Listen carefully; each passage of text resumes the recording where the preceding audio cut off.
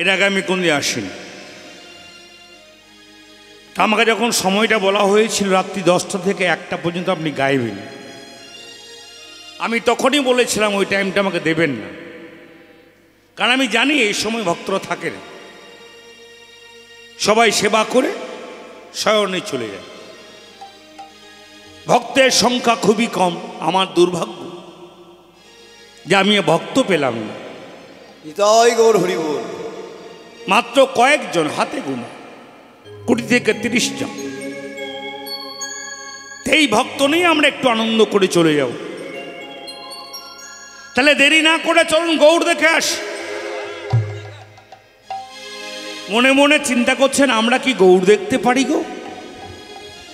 আমরা তো দক্ষিণ 24 পরগনার নারী, আমরা কি করে গৌড় দেখব? গৌড় দেখেছিল কারা? গৌড় দেখেছিল নবদ্বীপের নাগরী যারা। নবদ্বীপের নারী মানে নাগরী, আর আপনি দক্ষিণ 24 পরগনার নারী মানে নাগরী নন, এ আপনি কে বলেছে? মহাজন বললেন তা নয়, তা নয়, তা নয়, তা নয়। নাগরী কারা জানো? নাগরী কারা জানো? ও গো তারাই তো নাগরী, তারাই তো নাগরী, তারাই তো নাগরী, তারাই তো নাগরী। যারা কৃষ্ণ প্রেমে উন্মাদিনী, তারাই তো নাগরী। কৃষ্ণ প্রেমে উন্মাদিনী, তারাই তো নাগরী। যারা গৌরী প্রেমে উন্মাদিনী, তারাই তো নাগরী। যারা গৌরী প্রেমে উন্মাদিনী, যারা গৌরী ছাড়া আর জানে না, গৌরী প্রেমে উন্মাদিনী, গৌরী ছাড়া জানে না, গৌরী প্রেমে উন্মাদিনী, গৌরী ছাড়া জানে না, গৌরী প্রেমে উন্মাদিনী, গৌরী ছাড়া জানে না, গৌরী প্রেমে উন্মাদিনী, তারাই তো নাগরী। সেই নবদ্বীপে নাগরী। আজকে রাত্রিবেলায় দেবী পুজোর ছলনা করি, গৌড় দেখতে যাবে। তাই গৌড় দেখতে যাবার আগে আপন আপন ঘরে গুরুজনকে গিয়ে বলে বসছেন, শুনছো গো? বলি শুনছো, আর দেরি করুন। অনুমতি চাইছেন, বলছি অনুমতি দাও। দেবিয়ারা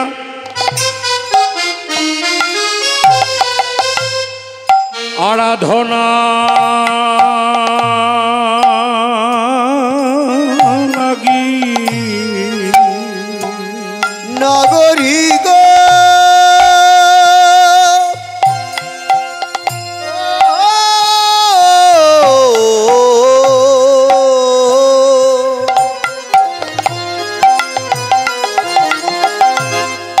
দেবিয়ারা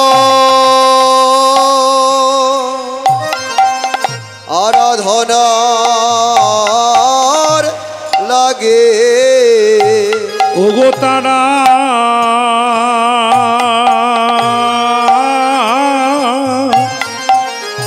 ওগো গুরুজনার পাশে নাগরী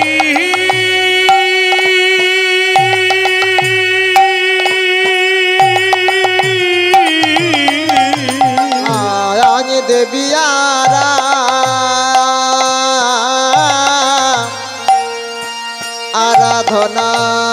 আরাধনার লাগি। ওগো তারা গুরু জনার পাশে নগরী গো।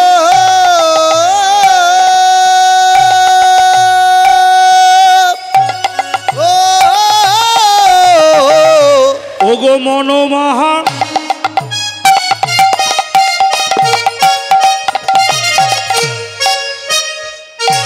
ওগো মনো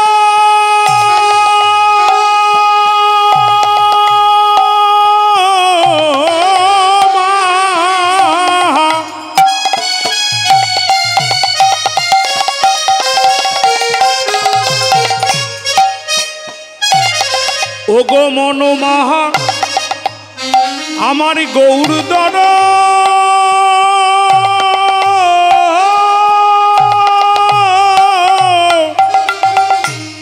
দর্শন অভিলাষে নাগরী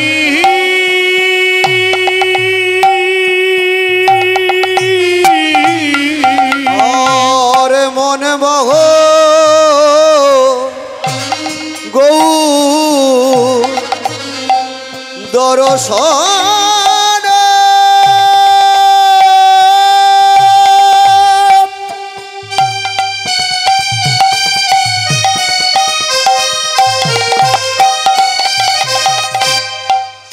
নাগরী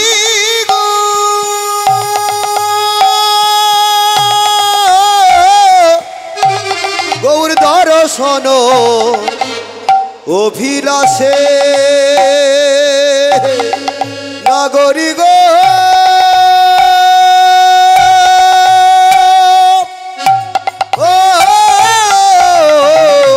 অনুমতি দাও গো অনুমতি দাও গো বলছি অনুমতি দাও গো অনুমতি দাও গো বলি আমরা গৌর দেখতে যাব অনুমতি দাও গো আমরা গৌর দেখতে যাব অনুমতি দাও গো বলি আমরা গৌর দেখতে যাব অনুমতি দাও গো আমরা গৌর দেখতে যাব।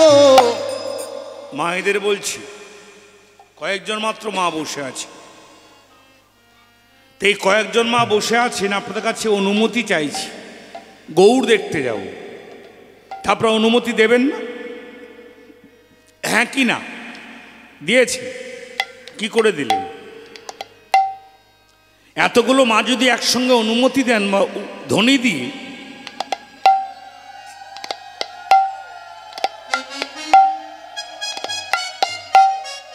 তাহলে গদখালি পর্যন্ত আওয়াজ যাবে। সবাই মিলে একবার দিন, অনুমতি দিন।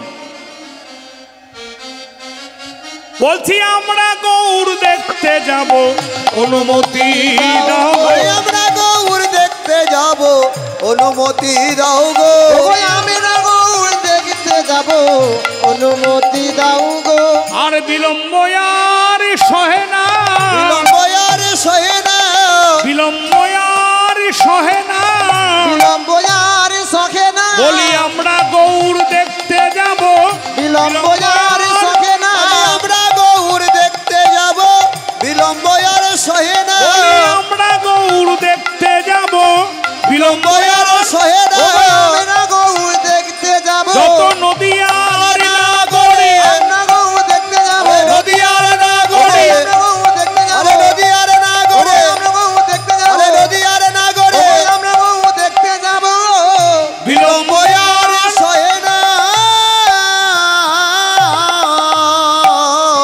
সেই নবদ্বীপে না গুরুরা আপন আপন ঘরে গুরুজনের কাছে অনুমতি নিয়ে দেবী পুজোর ছলনা করে চলেছেন গৌর দেখতে।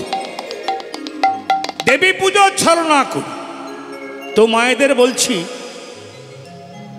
আপনারা যখন দেবী মন্দিরে যান বা দেবের মন্দিরে যান, আপনারা কি খালি হাতে যান?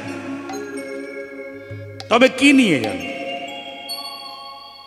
বলে কত কত ভালো ভালো ফল নিয়ে যায়, মিষ্টি নিয়ে যায়, কত ভালো ভালো ফল, কত ভালো ভালো মিষ্টি নিয়ে যায়, এক থালা সাজিয়ে নিয়ে যায়। এবার যখন মন্দিরে যাবেন মা, ওই কত ভালো ভালো মিষ্টি, কত ভালো ভালো ফল সাজিয়ে নিয়ে যেতে হবে না, মাত্র 3 রকমের মিষ্টি পুজোর থালায় সাজিয়ে নিয়ে যাবেন। আর যেদিনে 3টে মিষ্টি পুজোর থালায় সাজিয়ে নিয়ে যেতে পারবেন, জানবেন সেই দিনই আপনার ভাগ্যে দেবীর কৃপা কিংবা দেবের কৃপা হবেই হবে। হরি গৌর হরি বল, হরি বল, হরি বল, হরি বল। মনে মনে চিন্তা করছেন, রাত জেগে কীর্তন শুনছি, কিছু বলো আর না বলো, ওই 3টে মিষ্টি নামটা বলে দিয়ে যাও। আমাদের মসজিদ বাড়িতে কিনতে না পেলেও আমরা গদখালি যাব, কলকাতা যাব, যত দামি লাগুক 3টে মিষ্টি কিনে আনুন। যে 3টি মিষ্টি নাম আমি বলে যাব মা, শুধু গদখালি কেন, কলকাতা কেন, এ কোনো বাজারে বিক্রি হয়, এ কোনো বাজারে বিক্রি হয়। ওই মিষ্টি বানাতে হয় কোথায়? আপন আপন ঘরে। কোন ঘরে? আপন আপন দেহ ঘরে, 14 পোয়া ঘরে। তিনটে মিষ্টির নাম কি কি জানেন? একটা হলো প্রেম, একটা হলো ভক্তি, একটা হলো ভালোবাসা। এই প্রেম ভক্তি ভালোবাসাকে পুজোর থালায় সাজান। মাঝখানে একটা কথা বলে রাখি মা, এই প্রেম ভক্তি ভালোবাসাকে যে থালায় সাজাবেন ওই থালাটি যেন সোনার থালা হয় মা। সোনার থালা না হলে আবার গোবিন্দ কৃপা হবে। মনে মনে চিন্তা করছেন এটা সম্ভব নয়।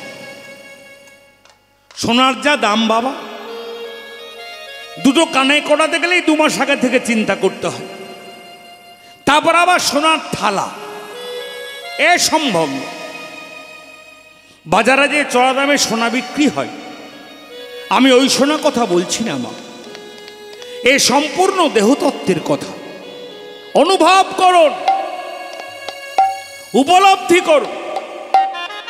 কীর্তন হচ্ছে অনুভবের বিষয়, উপলব্ধির বিষয়। অনুভব করে দেখুন, আপনি এতদিন ধরে যে থালায় পুজো দিয়ে এলেন ওই থালাটি হলো ফুটো ফাটা থালা, কালিমায় পরিপূর্ণ থালা, ময়লায় পরিপূর্ণ থালা। তো কালিমায় পরিপূর্ণ থালা, ময়লায় পরিপূর্ণ থালায় কি গোবিন্দ সেবা হয়? আপনি কপালে চন্দনের তিলক, গলায় তুলসীর মালা, হাতে হরিনামের ঝোলা, আপনি সবসময় হরি হরি করছেন, কিন্তু আপনার অন্তরটি ময়লায় পরিপূর্ণ। যদি আপনার অন্তর ময়লায় পরিপূর্ণ হয় তাহলে আপনার হরি হরি করায় হবে, হরির দেখা পাওয়া যাবে।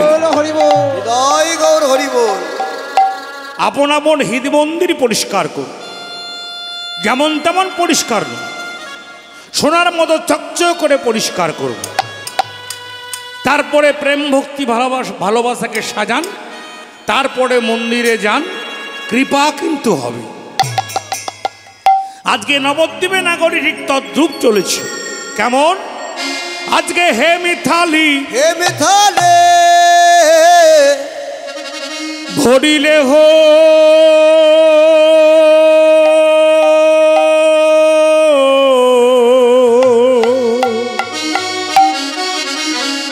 ওগো কত উপহার, হে মিথালি ভরিলে হো কত উপহার, হে মিথালি ভরিলে হো কত উপহার, হে মিথালি ভরিলে হো নাগরী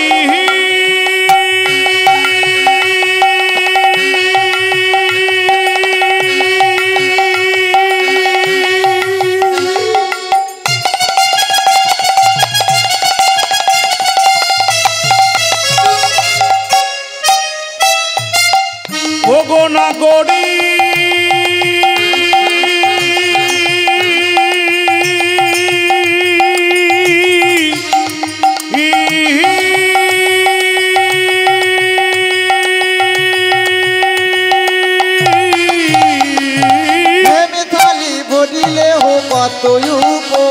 ওগো গুরুজনার অনুমতি চাহে বারে আরে গুরুজনার অনুমতি চাহে বারে বার, গুরুজনার অনুমতি চাহে বারে ওগো গুরুজনার অনুমতি চাহে বারে বার। তারা নিচে নেচে চলেছে, নেচে নেচে চলেছে, নিচে নেচে চলেছে, নেচে নেচে চলেছে, হরি দেখবে বলে নেচে নেচে চলেছে, গৌর হরি দেখবে বলে নেচে নেচে চলেছে, গৌর হরি দেখবে বলে নেচে নেচে চলেছে, গৌর হরি দেখবে বলে নেচে নেচে চলেছে। গুরুজনার অনুমতি চাহে বারে বার, আরে গুরুজনার অনুমতি চাহে বারে বার। যখন নাচতে নাচতে চলেছে নবদ্বীপের নাগরীরা, তখন দূর থেকে পদকর্তা দর্শন করে বলছেন, ওগো চেয়ে দেখো কত রকমের ছলা করে চলেছে। গৌর গৌরচন্দ্রিকা শেষ কলমটা লিখলেন বৈষ্ণব কবি যদুনাথ দাস কহে, ও গো করি কত ছলা,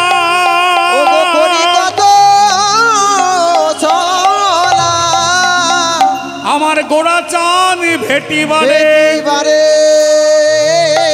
চলু কুলো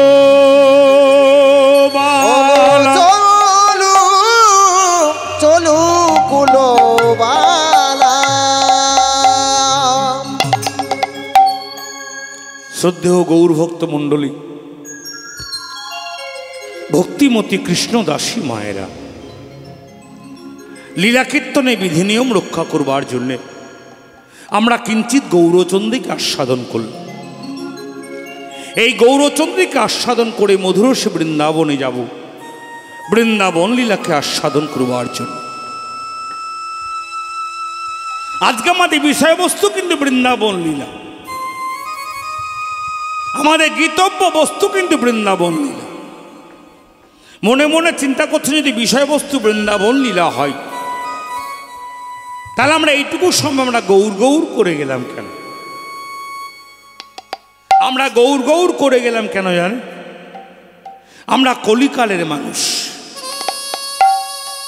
যদি আমরা গৌর কথা না বলি, গৌর কথা না শুনি, তাহলে আমাদের মানব জন্মটা বৃথা। কারণ একটা কথা মনে রাখবেন, যে যাই করছেন করুন, শেষের দিনে শেষ সঙ্গী কিন্তু হবে এইটাই। দেখবেন চার কাহারে বই নিয়ে যাবে, আর পেছনে যারা যাবে তারা বলতে বলতে যাবে বলো হরি হরি বল, বলো হরি হরি বল, বলো হরি হরি বল। কারণ ত্রিভুবনে একটাই মাত্র সত্যি কথা, বাদ বাকি সব মিথ্যা কথা। সত্যি কথাটা কি বলুন দেখি? সত্যি কথাটা হলো আমি একদিন মরে যাব, আপনি একদিন মরে যাবেন। জন্মিলে মরিতে হবে, আমর কে কথা কবে। জন্ম যখন আপনার হয়েছে, মৃত্যু কিন্তু আপনার হবেই। এই যে মৃত্যু আপনার অবশ্যম্ভাবী, মরতে যে আপনাকে হবেই, এ কথা বলে গেছেন স্বয়ং ভগবান। স্বয়ং ভগবান বলে গেছেন মৃত্যু তোমার হবেই। ভগবান শ্রীকৃষ্ণ বলেছে। কখন বলেছিলেন? কুরুক্ষেত্রের যুদ্ধে, যখন অর্জুন যুদ্ধ করতে চাইছে না, আর ভগবান শ্রীকৃষ্ণ বারবার বলছেন অর্জুন তুমি যুদ্ধ করো, অর্জুন তুমি যুদ্ধ করো। অর্জুন বলে সকালে এদের সঙ্গে আমি কি করে যুদ্ধ করব? এরা আমার আপনজন, এরা কেউ আমার দাদা, কেউ আমার ভাই, কেউ আমার জ্যাঠা, কেউ আমার কাকা, কেউ আমার দীক্ষা গুরু, কেউ আমার শিক্ষা গুরু, কেউ আমার পিতামহ। এদেরকে কি প্রাণে মারা যায়? আমি এদেরকে প্রাণে মারবো কি করে? ভগবান শ্রীকৃষ্ণ বললেন তুমি কি প্রাণে মারবে? মেরে তো আমি রেখেছি, তুমি শুধু নিমিত্তি মাত্র। অর্জুন মৃত্যু তোমার আছে, মৃত্যু আমারও আছে। অর্জুন বলে সখা মৃত্যু আমার আছে কথাটা ঠিক আছে, আমি তো মানুষ, আমি তো মরতেই পারি, কিন্তু তুমি যে বলছো মৃত্যু তোমারও আছে, তুমি কি করে মরে যাবে? তুমি তো ভগবান, ভগবানে কি মৃত্যু হয়? ভগবান শ্রীকৃষ্ণ বললে আমি হতে পারি ভগবান, কিন্তু আমারও মৃত্যু আছে, আমাকে মারবার জন্য দাঁড়িয়ে আছে। ভগবান শ্রীকৃষ্ণকে প্রাণে মেরেছিলেন কে বলুন দেখি?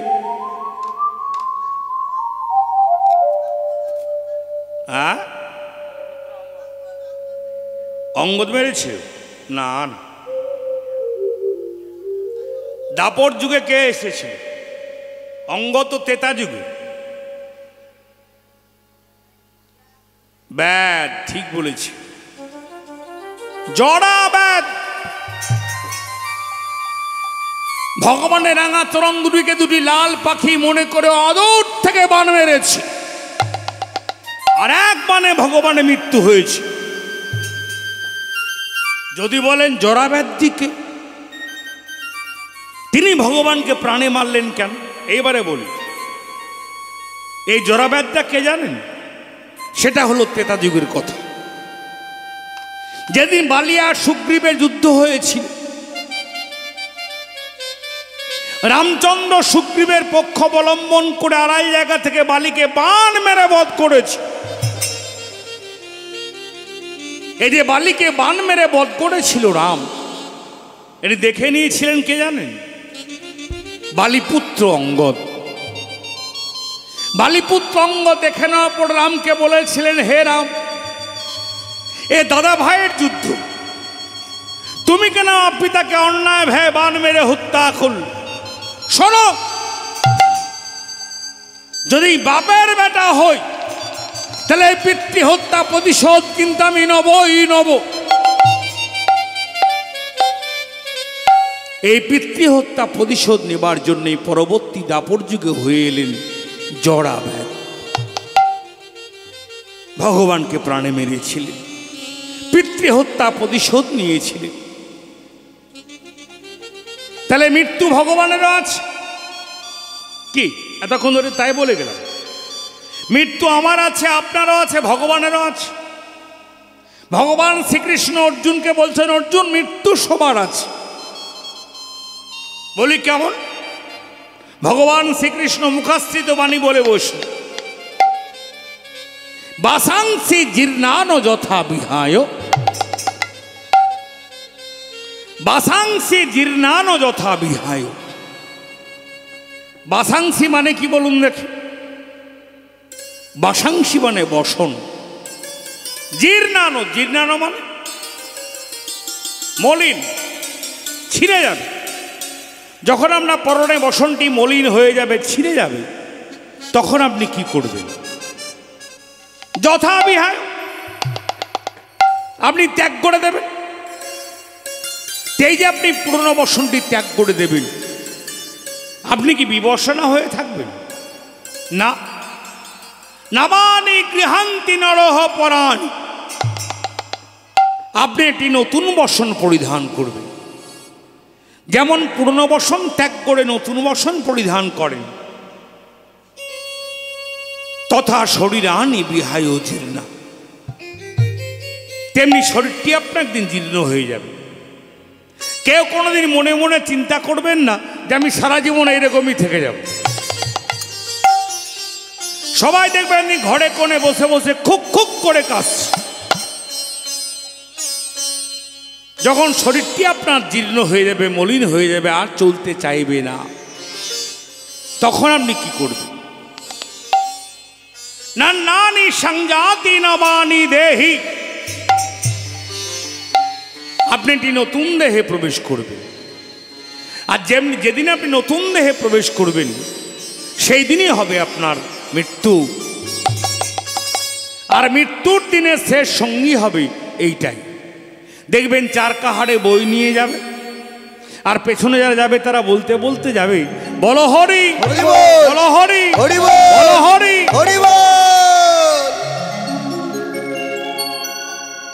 আচ্ছা, মনে করে বলুন দেখি, যাকে কাঁধে করে নিয়ে যান সে কি কিছু বলে? বলছি, যাকে কাঁধে করে নিয়ে যান সে কি কিছু বলে? কিছুই বলেন? কিছু তো বলে। এগুলো হচ্ছে অনুভবের বিষয়, উপলব্ধির বিষয়। দেখবেন বালিশটা আপনি কেড়ে নিয়েছে, মাথালি সমান আছে বাঁশের ওপরে, আর যারা নিয়ে যায় তারা দেখবেন হেলতে দুলতে নিয়ে যায়, আর পেছনে যারা যায় তারা তালে তালে বলতে যায়, বলো হরি, বলো হরি, বলো হরি, বলো হরি, বলো হরি, বলো হরি, বলো হরি। দেখবেন তালে তালে মাথাটি দোলে না? ও কি বলতে চায় বলুন দেখি?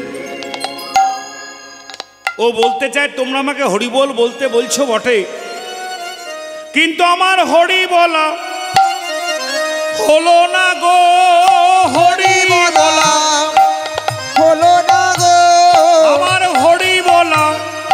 হলো না গো আমার হরি বলা হলো না গো হরি বলায় অবতারে হরি বলা হলো না গো আমার হরি বলা অবতারে হরি বলা হলো না গো হরি বলায় অবতারে আমার হরি বলা হলো না গো হরি বলা অবতারে আমার আশা যাওয়া বিফল হলো হরি বলা অবতারে আশা যাওয়া বিফল হলো হরি বলা অবতারে আশা যাওয়া বিফল হলো হরি বলা অবতারে আমার হরি বলা হলো না গো তাই আমরা হরি বল বলে হরিকথাকে আশ্রয় করি আমরা মধুরস বৃন্দাবনে গিয়ে ছোট্ট একটি লীলা সাধন করব। এই লীলাটি অনেক নাম আছে। এই লীলাটি একমাত্র রাতে হয়েছে, গভীর রাত। গভীর রাত বলে লীলাটা গাইছে আছে। এই লীলাটি অনেক নাম আছে। কেউ কেউ বলেন এই লীলার নাম হলো বৈষ্ণব শাক্তের মিলন। আবার কেউ কেউ বলেন না, এই লীলার নাম হলো কৃষ্ণ কালী মিলন। যেই কৃষ্ণ সেই কালী, যেই কালী সেই কাল। আজকে আমরা বৃন্দাবনে গিয়ে কি দেখলাম? বৃন্দাবনে গিয়ে দেখলাম বৃন্দাবন বিলাসিনী, শ্যাম গরবের গরবিনী, মহাভাবের স্বরূপিনী, অষ্টসখীর শিরোমণি, মাধুর্যময়ী কাদম্বিনী। তিনি এক অষ্টসখী পরিবৃতা হয়ে সখীদের মাঝখানে বসে বসে কাঁদছে। গভীর রাত বসে বসে কাঁদছে আর আক্ষেপ করে করে কাঁদছেন, এই বৃন্দাবনে সবাই আমাকে কলঙ্কিনী বল। যখন বসে বসে কাঁদছেন ঠিক সেই সময় কি হল? ঠিক সেই সময় সখী সঙ্গে বিনোদিনী কৃষ্ণ আলাপনে, সখী সঙ্গে বিনোদিনী কৃষ্ণ আলাপনে, সখী সঙ্গে বিনোদিনী কৃষ্ণ আলাপনে, সখীর সঙ্গে বিনোদিনী কৃষ্ণ আলাপনে। হেন কালে রাধা বলে বাজলো বৃন্দাবনে, বাজলো বৃন্দাবনে। ওই হেন কালে রাধা বলে বাজিলো বৃন্দাবনে, বাজিলো বৃন্দাবনে। রাধা বলে শ্যামের বাঁশি বাজলো বৃন্দাবনে, বাজলো বৃন্দাবনে। রাধা বলে শ্যামের বাঁশি বাজলো বৃন্দাবনে, বাসে বাজলো বৃন্দাবনে। আর যেমনি বাঁশি বেজেছে, এই বাঁশি সর্বত্র জায়গায় বাজে না বাবা। এ বাঁশি বাজলো কোথায়? এ বাঁশি বাজলো কোথায় জানেন? সব জায়গায় বাজে।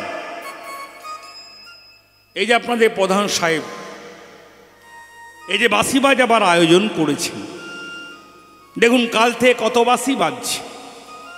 সবার কানে বেজেছে? সবার কানে বাজলে পরে এখানে বসার জায়গা হতো না। সবার কানে কিন্তু বাঁশি বাজেন।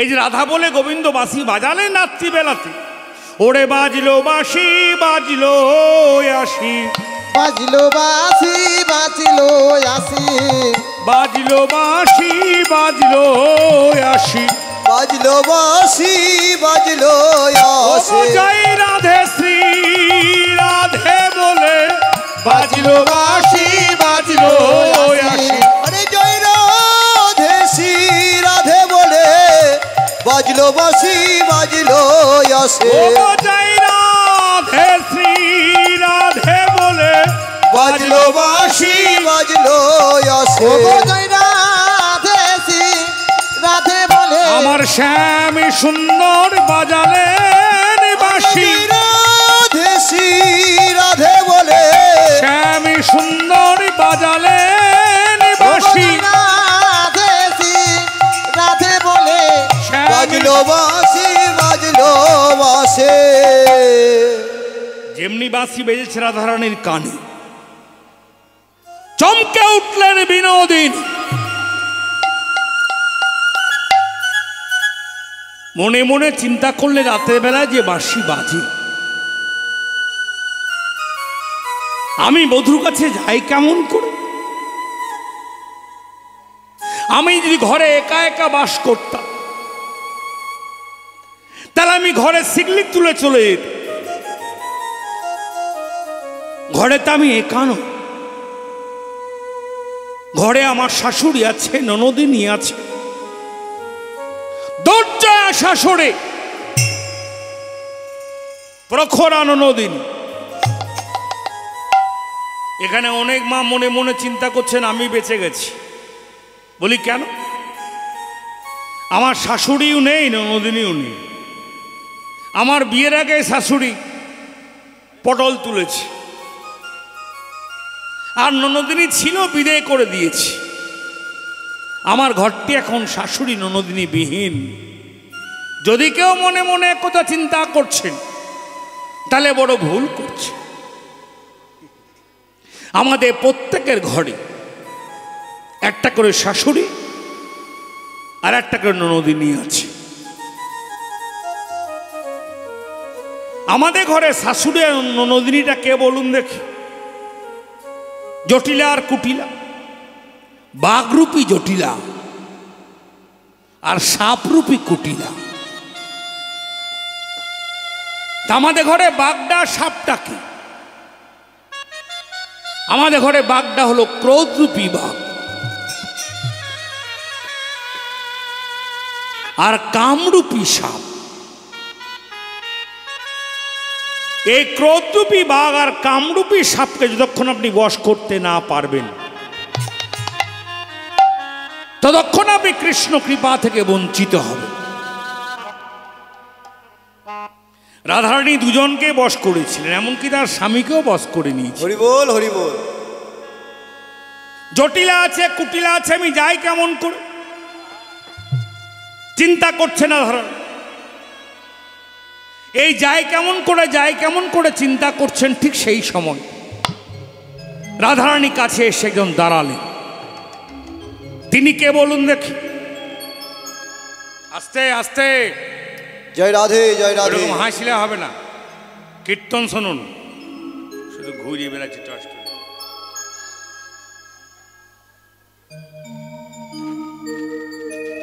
কি বলছিলাম জানো? ননদি। রাধারানীর সামনে এসে দাঁড়ালেন একজন। তিনি কে বলুন দেখি? যিনি না এলে পরে রাধা গোবিন্দের লীলা পরিপুষ্ট হবে না, পরিপূর্ণ হয়। তিনি হলেন অঘটন ঘটন পটিয়েছি যাশা যোগমায়া। ভগবান শ্রীকৃষ্ণ এমন কোন লীলা করেন যে লীলাতে যোগমায়া গর আসেন। এই যোগমায়াটি কে জানেন? প্রতি লীলাতে আসেন কেন? এই যোগমায়াটি হল আদ্যাশক্তি মহামায়া।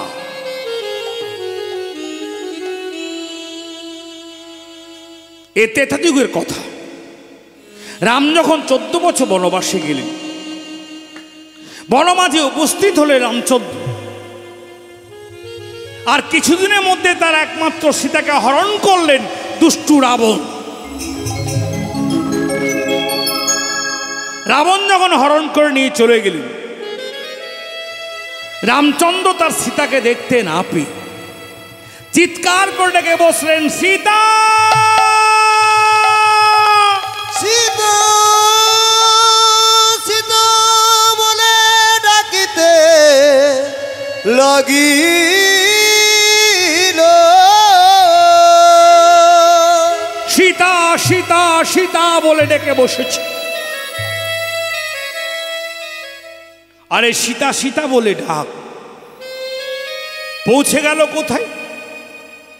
কৈলাস পর্বত, যেখানে হরপার্বতী বসে আছে। আর সীতার ডাকে, আহা রামের ডাকে ওই হরপার্বতীর সিংহাসন টলে উঠল। পার্বতী মহাদেবকে বলছেন, মহাদেব চেয়ে দেখো, ওই বনমাঝের দিকে চেয়ে দেখো, রাম সীতাকে কত ভালোবাসে। পূর্ণ ব্রহ্ম সনাতন রাম সীতাকে ক্ষণিক দেখতে পায়নি বলে পাগলের মতো চিৎকার করছে, সীতা সীতা সীতা। রাম তোমার মতো নয়, বলছি রাম তোমার মতো নয়। তুমি তো নেশা ভাঙ করে শ্মশানে না মশানে পড়ে থাকো, আমার কথা তোমার মনেই থাকে না। আর রামকে দেখো, ক্ষণিক দেখতে পাইনি বলে পাগলের মতো চিৎকার করছে, সীতা সীতা সীতা বল। ও ভোলানাথ, তুমি কৈলাস পর্বতে বসো, আমি আমার রামকে একটু সান্ত্বনা দিয়ে আসি। পার্বতী কি করলেন? কৈলাস পর্বত থেকে নেমে বনমাঝে নেমে এলেন।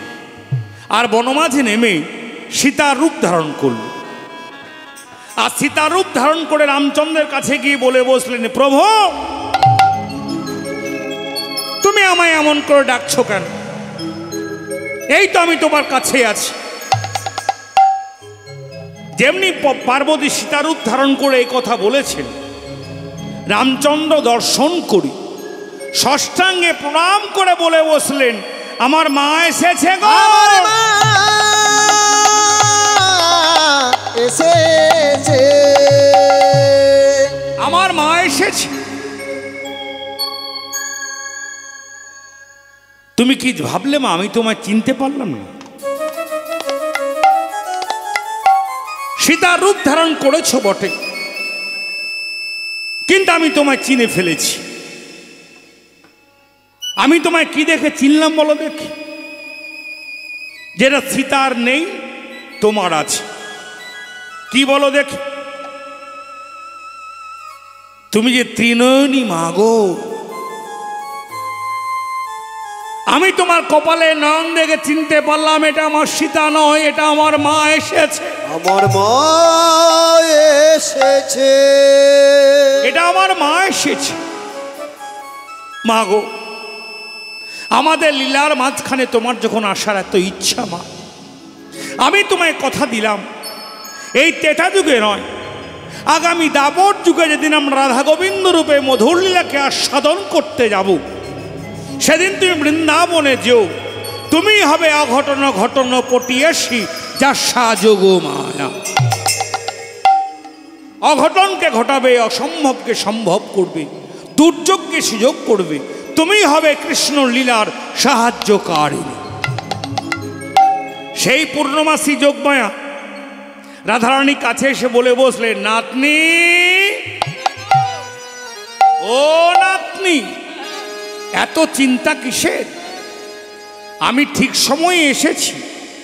সোনার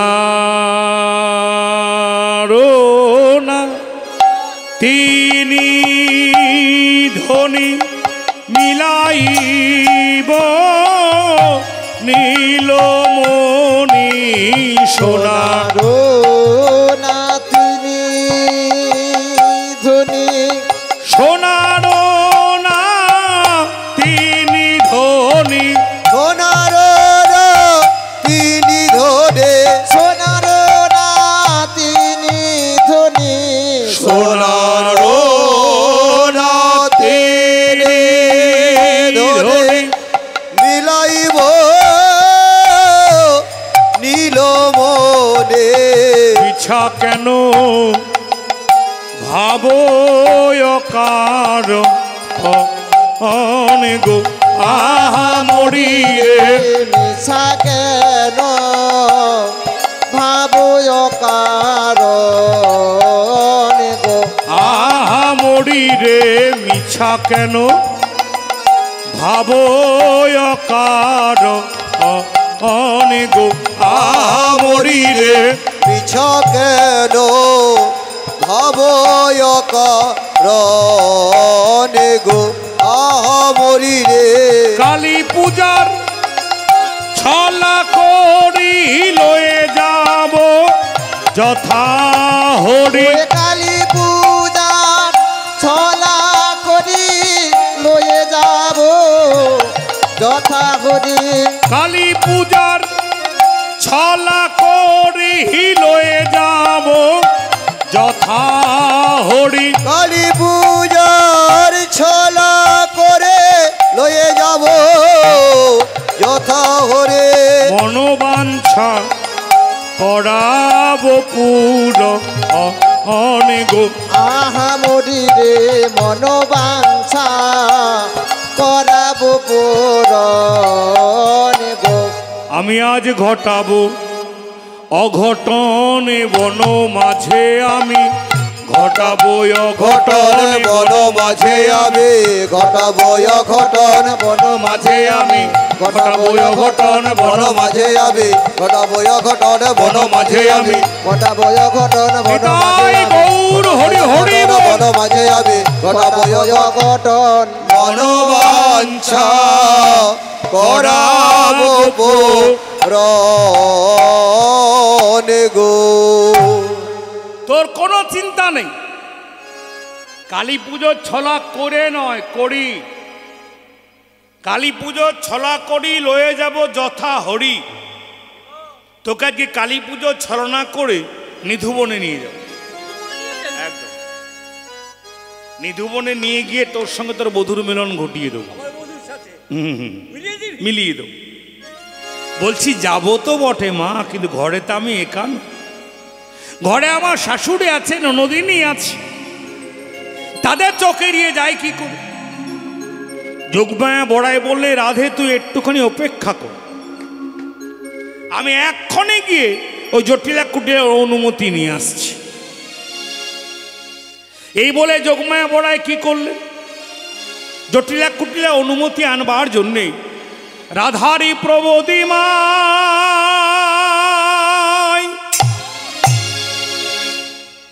তুড়ি তাহি চালি যা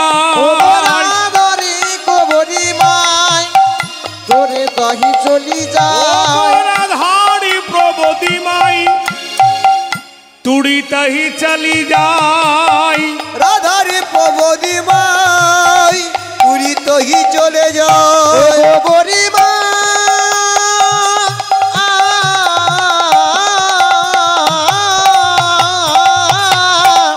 রাধারে প্রবোধি মাই পুরী তহি চলে যায় জটিলা কুটিলা পাশে গেল জটিলা কুটিলা পাশে গেল ওগো জটিলা কুটিলা পাশে গেল জটিলা কুটিলা পাশে গেল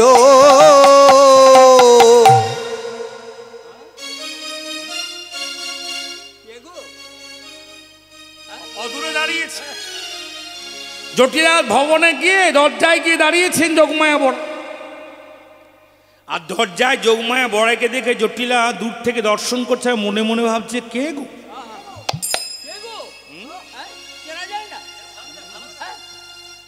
কে গো জটিলার সামনে গিয়ে দেখলেন এটা অন্য কেউ নয় এটা আমাদের যোগমায়া বড়াই এসেছে আর যোগমায়া বড়াইকে দেখে জটিলা বলে বসলেন ও বড়িমা